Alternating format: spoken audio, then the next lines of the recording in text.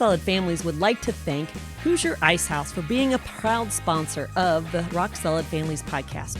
In the heart of historic Lawrenceburg, Indiana, the Ice House is at the corner of Vine and High Streets. The historic building evokes a feeling of comfort with spacious indoor and outdoor dining, a large bar, and comfortable dining areas. Large enough to host parties, yet intimate enough to feel like your favorite neighborhood restaurant. So thank you again for the Hoosier Ice House for sponsoring the Rock Solid Families podcast.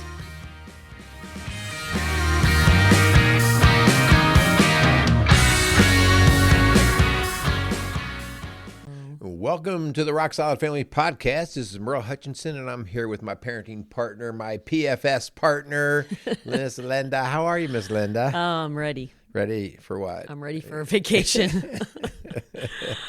Well, it is spring break it's the start of spring break as we are recording this. So you might get your opportunity to have a little vacation. Yes, and my PFS is acting up again. We better explain to people it's not PMS, it's PFS. Oh my gosh, you coined this phrase, and I'm telling you, it is. You've been using it a lot. Spot on. Spot on. Parenting fatigue syndrome. Do any of you out there as parents suffer from parenting fatigue syndrome? It's kind of funny. We say it jokingly, but sometimes.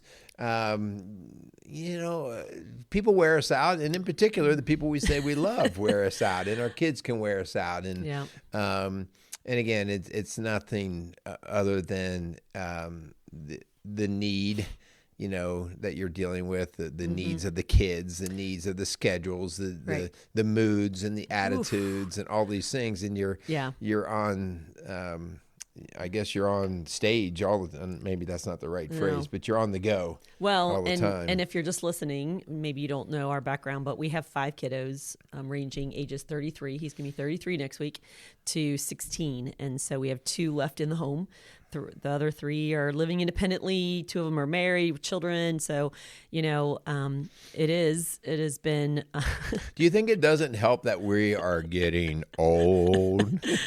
Oh my gosh. Yeah. Well, because you babysat our grandkids was it a month or so ago? When the baby was born. Yeah, when the baby was born, and you were just there for like a couple of days, and you're like, I'm exhausted. It was good. It was really good, but you're right. It's just the idea. You kind of have your energy starts to wane off a little bit, and so now we've got 5 kids in us, and it's like, and 6 grandkids. It's we're about ready for those youngest ones to leave the nest. But and also it doesn't help in our world today that we're so digitally connected. So we kind of see what everyone's doing, and so we're gonna be talking about that today. About you see everybody else and what they do for their child's first birthday, or for their senior's graduation party, or the organic food that this mom is making for their toddler, or how much their daughter's spending on their prom dress, or how you wrap the Christmas presents, or where you go on spring break, or how many trophies or how many scholarships your kids have gotten. And so the list goes on, and it's exhausting when you really are kind of overwhelmed by the exposure of what you can see and learn and do and give, and it's just a lot. I think that's even, so you're talking, like what we see from other parents and what they're doing. Exposure.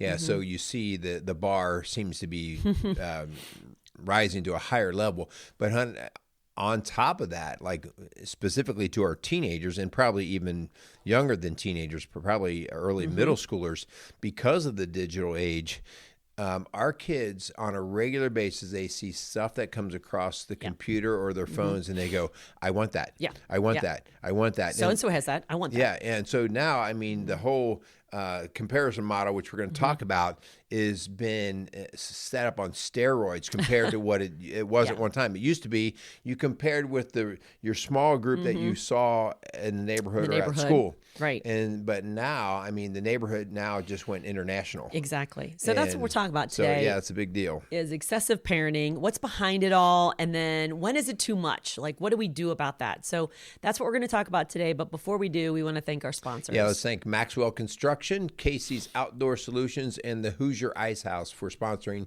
the Rock Solid Families podcast. So if you are in business or planning to do anything with those folks, please tell them thanks for being sponsors of what we get to do here at Rock Solid Families. And we also want to let you know that the Families Rock parenting class is coming up on March 30th. We try to do it on the last Saturday of every month. And so we will be at the Lawrenceburg Firehouse in Lawrenceburg, Indiana on March 30th from 8:30 to 12. All parents are welcome.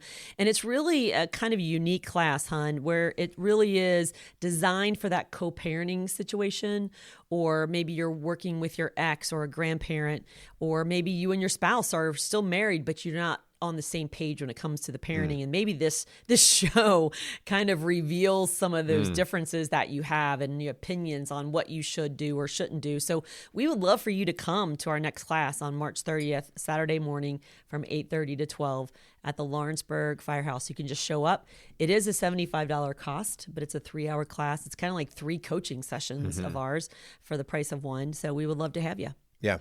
All right, let's get to work. Yes. Okay, so you set it up a little bit earlier. We're just talking about the overall fatigue, everything from what we do in excess for our kids, what we feel like we have to provide and do, because if we don't do it, we must not be great parents, or our kids might not feel like they're loved. And then now that we've trained our kids to even buy into it more, that, you give them a little, they want more. And so now they even are requesting and desiring more. So let's start and talk about, what are some things that we can do as parents to first recognize, I'm falling into this and I'm feeling the fatigue of it, all right? Yeah. And then what can we do about it? So what's the first thing, hon, that we better be aware of? And so it was the one we just talked about, and that's the comparison trap. Let's face it, it looks so easy, so good, so much on the internet and social media, and everyone else is doing it. I just talked to a client just the other day as I was preparing for the show, and she said, our parents didn't have to compete with that. As parents or the kids, us as kids didn't see what was out there, didn't know all the options and what everyone else was doing for their birthday or for Christmas or vacation or spring break or all that stuff. And so parents today are swimming upstream in a culture that is all about immediate gratification and pleasing self. And that, as parents, is hard to fight against for our own flesh and then the flesh of our children and their desires. As we've said many times, we cannot blame our kids for this. We, as the parents, we are the ones who have set the stage, because we also desire this immediate gratification. So, before you get all upset with these kids of mine, you want to look in the mirror and go, this parent of me, what am I doing to advocate for something that's ultimately not being good to our home? Yeah. Keeping up with the Joneses is exhausting. Yeah. You play into it. It's not healthy for anybody. And even if you're neutral on it, you're actually playing into it. You actually have to take a stand against it. All right. If you're neutral, then it just means that the tide, as you talked about, you're naturally going to go into the tide and go with the stream. And so you actually have to make a stand and in your home and say, in our home, I understand what your friends are doing, but in our home, this is how we're going to roll. We did that with our daughter because she was a Pinterest girl. And so she had Pinterest her prom when she was in junior high. Like, she had dreams and ideas of what she wanted to do for her dances. Until she talked to us. Exactly. And then we had to put a stake in the ground and we had to say, babe, we love you, but there's a $200 limit. And you can spend it on the dress or dress and shoes, but what we're not going to do, the shoes, the makeup, the hair, the nails, the dress, all those things, because it just gets excessive. It's ridiculous. And so we had to put a stake in the ground. I don't care how much money your friend is spending on their dress, but we're doing a $200 limit. And if you want an $800 dress, then you'll have to save your money to do that. One of the cool things about that, hon, and we've seen it with our daughter mostly more than our boys, because she does like to look pretty and get those things. And we put the limit on her, and that girl's learned how to squeeze a buck. Yeah. You give her $200, you might have a semi-truck pull up in your Plato's driveway. Closet has become her best friend. So it's actually taught her how to be more resourceful rather than just saying, well, get whatever you want, right? So it's actually a great skill to help teach them. Yeah. And let's move on. Let's talk about another way that we become excessive is the amount of control or controlling, or a word we hear, micromanaging everything it is about our kids. And I'm going to have to point the finger at you. I'm going to have to point the finger at you. You know, you're dying hard to this one. You're dying hard. And it's, I think it's different, though, not to totally throw you under the bus. Us guys do not get, I'll speak in generalities, do not get as emotionally attached to our kids' feelings. And so, like, if the kids get in trouble, I really don't sweat it. If the kids are on the precipice of being in trouble, I just go, well, whatever you do, that's fine. Whereas you are one that goes, oh, I don't want them to get in trouble, or I don't want them to experience that pain. And so, as a result, that's that saving grace or that savior complex that you have, that you come in and you start controlling every little thing, which is exhausting in itself. Well, and it mostly is about them being bored or entertaining them. And I know there's a ton of moms out there that feel that way. And so it's really important that we don't overschedule our kids to make them feel like, oh, I don't know what they'll do if they don't have a plan or activity or a schedule or friends over or whatever. And so, you know, free play is okay. Boredom is okay. And so our kids aren't having even any time to decompress and to get creative, to build that fort, right? To make that work, that puzzle, to create, you know, to draw, to read, whatever, because we're so over scheduling them. And I am guilty, I admit.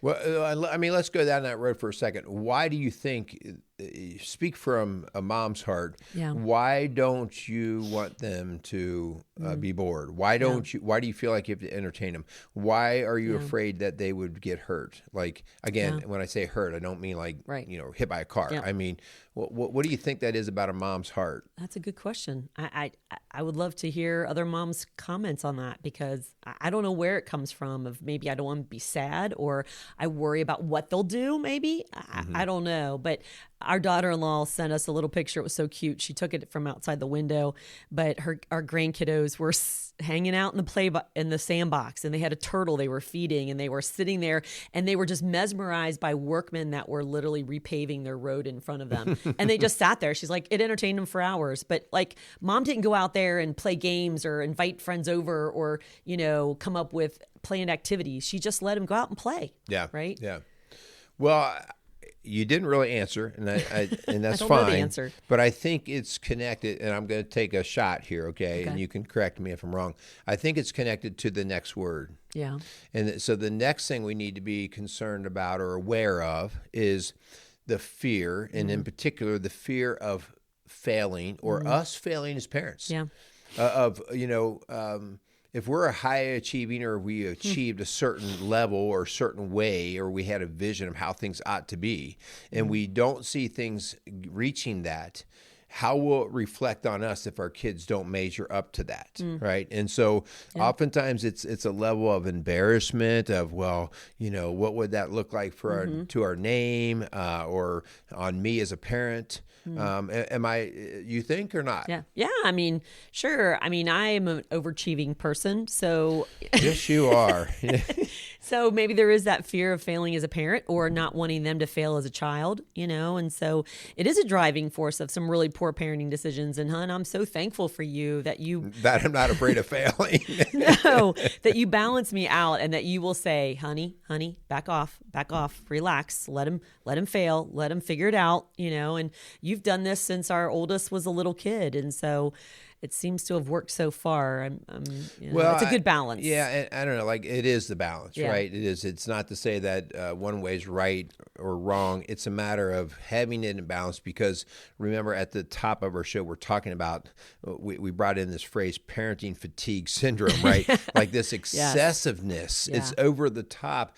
And at the end of the day, it's exhausting, and it's exhausting and taking away from the things that really could matter more, right? Having a relationship with your kids, or allowing them to learn something from a failed experiment of some sort. So it takes away from things that are ultimately maybe a little bit more meaningful or purposeful in their life. So I would have said for sure that 20 years ago, but I do believe that I've come a long way, that my value and worth does not come from how my kids succeed or fail. And so I don't, because there's a ton of moms out there that feel like I'm not good enough, or if my child fails or does poor at school or gets in trouble, like that reflects on me as a person. And I don't feel that anymore.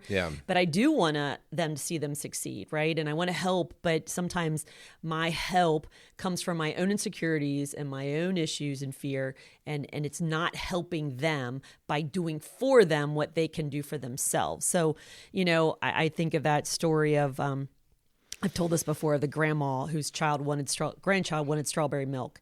And this grandma had come to me because her daughter, the mom of this child, was failing as a parent, and she was kind of like coming in trying to save the day, and she was trying to overcompensate for mom's poor parenting decisions. So she kind of was just giving to this grandchild, and this kid wanted strawberry milk. And the mom tried to pour some. No, I want it from the store. So she gets in a car. She goes to the store. She gets strawberry milk. She brings it and puts it to the 4-year-old's child. That's not what I want. He throws the strawberry milk at the grandma, and the grandma drives to another store to get the strawberry milk he likes. My butt would not have gone to 3 places to get that strawberry milk. I would have put him in timeout and said, no strawberry milk for you. I would have not left the house. Exactly. That's what I'm saying. We have water over in that Exactly. faucet I'm over saying there. if you don't like my strawberry syrup in that milk, then sorry. Yeah. But the excessiveness of trying to please or your own insecurities. I think, as you talk about that, I hear so many things rattle around in my head about because of the culture that we have fallen into. I've written an article on, and we did a show on guilty parenting, right? When your kid is either being raised by grandparents or being raised by a single mom or divorced parents. And so we start to do excessive things in a way to help cover up what we might think of as the damage that we feel guilty and responsible for it. Obviously, what we'd want to say is, well, we need to minimize the damage, right? Minimize the divorces and all those things. But at the end of the day, bad things happen in life, and our job is not to make everything feel better and go away. Our job is to give our kids the strength to cope and to deal with so that not everything, and we talked about this at lunch, not everything is trauma. Not everything is traumatic. Yes, there are things that are, but if I oversensitize my kid to everything, then literally not getting strawberry milk will ruin their entire day. And now they are traumatically, in their mind, they're saying this was the worst day ever. And we train them to be that way. And if you've not heard snowplow parenting, that's that pushing away any adversity, any disappointments so that they feel like they're succeeding as a mom. And some of them just want to feel like their child's best friend. Like I want their child to be their bestie. And there will be a day as an adult that maybe you could be good friends, but not while they're under your roof. You're called to step up and be the parent, not their best friend. And you set the excessive boundaries, right? So you set them, the kid doesn't get to set them. And you say this frequently on the show, just because you can doesn't mean you should, right? Just because I can afford to buy this or I have the ability to do something doesn't mean I actually should do it. Doesn't mean it's a good play in the long run. So here's where this is going, okay? If you just trend into, hey, that's you, but this is us, and we do this and that for our kids, and we love to give, and we love to spend, and love to do. And here's what we do. We set up our children for disappointment later in life, because guess what? Life isn't going to give them everything they want. Life isn't going to do everything they want them to do. And so while they're under your roof, you give them this really false understanding of life. Disappointments, getting what you want, what is within reason. And so as parents, we set up our kids something that cannot be sustained in life. And that's where we're seeing the employers struggling with employees who don't want to mop the floor because it's beneath them, or they're not willing to come in early because they want to sleep in. And so it's like, wow, we have not given them any opportunity to gain resilience and strength in the home. And that's because of this excessiveness we're doing and giving. This brings me we could be here all day, couldn't story. we? Like there was a story when I was working in the schools, we had a super great teacher, but she was very sensitive to the needs of the kids. and she had a heart for the kids. But because her heart was so big, her emotions got out in front of her. She would do anything and everything to not let any kid have a bad experience or even a low grade. And so that would, I noticed a trend for over a couple of years that these kids were coming out of her room Straight A's. Then unbelievable grades. Okay. And where I noticed it was the next year. Yeah, oh my gosh. Those teachers were like hitting a wall. Well, those teachers were breaking news to these kids. Guess what? You're not as good as and you're not all that. So the kids were upset, but the parents were upset. What do you mean, my kid? So the parents had an expectation that their kid was off the chart, inflated, right? And so that was a hard talk with that teacher because I know her heart was absolutely right and good. Right. But it set the kids and the parents up for sometimes you need to be told that, you're not all bad, and that's okay. Yeah. That's okay. Yeah, so stop. Get off the hamster wheel. Your worth and value as a parent is not determined by how big your child's birthday party is or how many select teams they play on or saying yes to your child's every wish. A parent who constantly pushes a child for top achievement in academics and sports and extracurriculars has to be really careful, to check their heart and their motive at the door.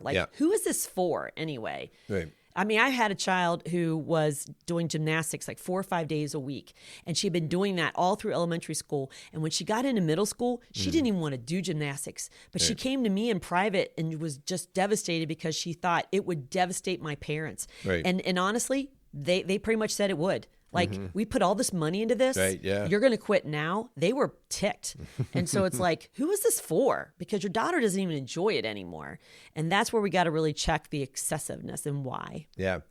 Okay, let's move on. Yeah. Okay, so the next idea here is we let go of our kids. We let go slowly. Okay, in other words, we give them some leash, right, to go out and to run. Because at the end of the day, we're trying to allow them to be successful adults, right? And so the idea that we are raising them to fly out of the nest. So I had a conversation just the other day about, this younger kid, and the idea was, I hope they're in my house forever. I just can't imagine them leaving. And that's excessive. Well, it's excessive and it's hurtful it's because unhealthy. you basically hamstring the kid from really growing. They have to have a little bit of that pressure, a little bit of that discomfort to say, I've got to try something different. That's where the growth takes place. And so you let go slow. You don't just open the door one day and say you're out. Okay? K-bar the door, But at the end of the day, you're forcing them to understand the responsibilities that they need to start taking on. Yep. And you carrying their responsibility is basically hamstringing or handicapping them. Hamstringing? What's that? You're hamstrung. So have you ever been running and you pull your hamstring and now you got a limp? I've never heard of it. You've never heard of being hamstrung? Oh my gosh. You've never run. Oh gosh. Anyway, but we want to raise healthy, successful adults. And so we have to kind of think long term. And with freedom comes responsibility. We say this in our home all the time. Our kids are sick of hearing it. But maybe you're a parent of a teenager like us where they're the ones digitally connecting, looking at all the things that their classmates are doing or getting. And so that's where the PFS is coming from. Because honestly, I feel like we're just getting pushed and almost bullied into, we need this, we got this, we deserve this. And it's so excessive. And the classmates driving the new Tesla or the friend who is buying the $800 prom dress, and that doesn't include the shoes, the hair, the makeup, the nails, and it goes on. And I know they're envious and I know they want those things, but that's normal, right? Like you said, it's a kid. Right. And by the way, the kid who's driving the Tesla, I shouldn't be mad or angry at that kid, right? No. They're going to learn They're going to learn because life is going to do that. Now, whether, hopefully helping my kid early on by allowing them to experience a little bit of that friction and turmoil so that they get the strength to handle it earlier rather than later. So we're trying to give tools so they can endure better later. So the kid who's driving Tesla to school, I'm neutral on that, because I'm like, well, I know life.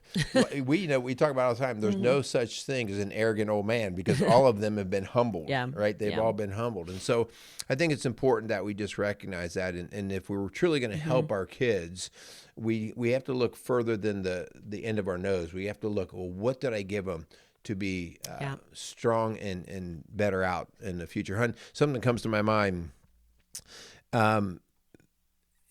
being a Christian, we are constantly swimming upstream. And so we're constantly being bombarded with, well, that's weird or strange, or, and so, if our audience out there is primarily a Christian audience, and so this is just another way for us to teach our kids, it's okay to swim against the stream. In fact, it builds strength in you to do that. Yeah, actually, it's one of the spiritual disciplines is simplicity of not the excess, not really searching for or longing for or going after the excess, to simplify. And I've read an author that was reading or wrote about, how she picked 7 things and just focus on that. So, we've seen these power plays, by the way, with divorced parents where we're trying to get that control, or we're trying to be their best friend. And so we're the ones buying the car or the phone to try to one up the parent. That's not healthy. And long term, that doesn't play off well, or to be a cool dad, to let them drink in your home when they're still in high school, or giving that child a brand new Tesla or whatever. It doesn't play out long term. Play it out to see what this looks like in the long term, or the elementary child that still sleeps in your bed because you're insecure, because you're needing them, or you're having struggles with your marriage. All those scenarios just don't end with successful, healthy, independent adults. Yeah. So the final real question here is, when does it stop? Like, when do you stop providing in all these ways, and especially like the excess? Like, who's going to define excessive? Okay, and so the idea here is, and this goes throughout entire life, right? My dad's in a nursing home right now, right?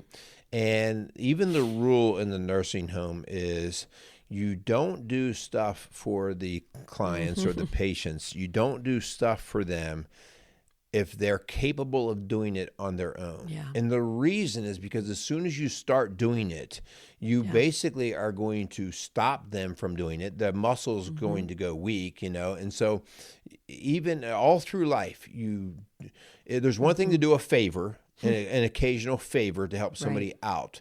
But when you are starting to do things that your kid is capable of, then that is your time. That's your sign where you go, oh, I probably need to stop this. Yeah. Okay. And that goes for my kid is capable of making enough money to buy a sufficient car to drive. Yeah. They're capable of doing that. Yeah. So that means I do not need to throw $10,000 down Right. towards a car. Make their payments, make their appointments, make decisions for them. We're crippling our kids. And honestly, hon, it's creating this anxiety and insecurity and this real anxiousness of like, I don't think I could do it on my own. We have to build resilience and confidence that, yes, you can do it. We believe in you. We believe you can go get a job. We believe you can make that payment. We believe that you can do that on your own. And so we got to think long term. And what we're doing now, how it plays out. An interesting thing, we live in a somewhat rural area, although it's I would say quickly turning suburban. But I would say when I taught at our area school here, it was probably 50-50, rural, meaning farm kids. And the thing I loved about the farm kids is they were so resourceful, so resilient. They were so resilient, but because they might have to get up early to go feed animals, right? And they just had to get the job done, right? And so those kids, they were driving tractors when they were 12 years old. They were paying bills because maybe they wanted to go buy, something for 4-H or whatever. And I think back, those parents, those kids were full of mud. They were working, they were sweating, but those kids have a backbone of integrity and strength and endurance and work ethic. oh, isn't that what I want my kids to have, right? Absolutely. And so because they were out there just doing the work, taking care of the stuff. So as we wrap up, we want to leave you with 2 challenges. The first one is to think through the things you do for your children, as Merle said, and the stuff you give them. Could they do it for themselves? What's really behind what you're doing? Is it your own insecurities? Is it your own control issues? Are you fearful or anxious about being a bad parent or what people will think? So really think through, why am I doing and giving to them? Is it excessive? Is it necessary? And why am I doing it? And then the number 2 is lasting joy and peace is better than a temporary happiness. And so that whole idea, if your kids only have the ability, and we know this like with kids before they can tell time, they can only know what's happening right now. Okay. And so they're seeking happiness right now. And once they learn to tell time, they can really still only see out just a few hours and maybe days. Okay. And so joy comes from the pathway that they see themselves on. Like, this is leading me to something good. All right. And so we training our kids to seek out a contentment and a joy because of the path that they're on versus the step-by-step immediate walk that they're on. Yeah. So again, there's so much we could talk about. We could be here for hours. I mean, don't get us on a soapbox because that's talking about fatigue syndrome. Exactly. But we just see it. We see the excessiveness. It's not helping. It's crippling our kiddos. And so if that really just kind of sparks something in you and you're kind of maybe left more confused than not, then reach out to us. We'd love to sit alongside and walk alongside you and to really kind of unpack what's going on in your home and what's going on and what you think maybe we could do to help. And so we would love to. So thank you so much. Anything else you got going on, huh? We better thank our sponsors. Oh, Thanks, Maxwell Construction, Casey's Outdoor Solutions, and Hoosier Ice House. So thank you again to our sponsors. Also, we want to thank all of you out there who are sharing shows. We hear that a lot now. Hey, I heard your show. I shared it with a friend of ours who's going through that same situation. That's really what this is all about. This is just a resource of just to make people think. So share our shows. Our phone number, 812-576-7625. So if you feel like you need a little help or guidance or direction, feel free to give us a call there.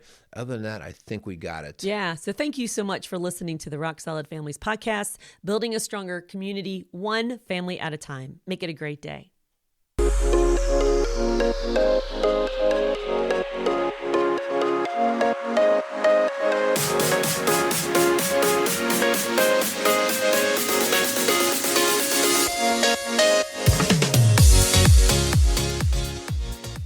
Rock Solid Families wants to thank Maxwell Construction for sponsoring the Rock Solid Families podcast.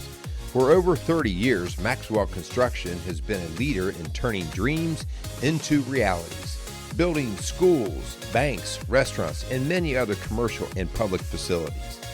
Maxwell Construction has made it their priority to not just build buildings, but to build into their community. So if you have any construction needs, call them at 812-537-2200.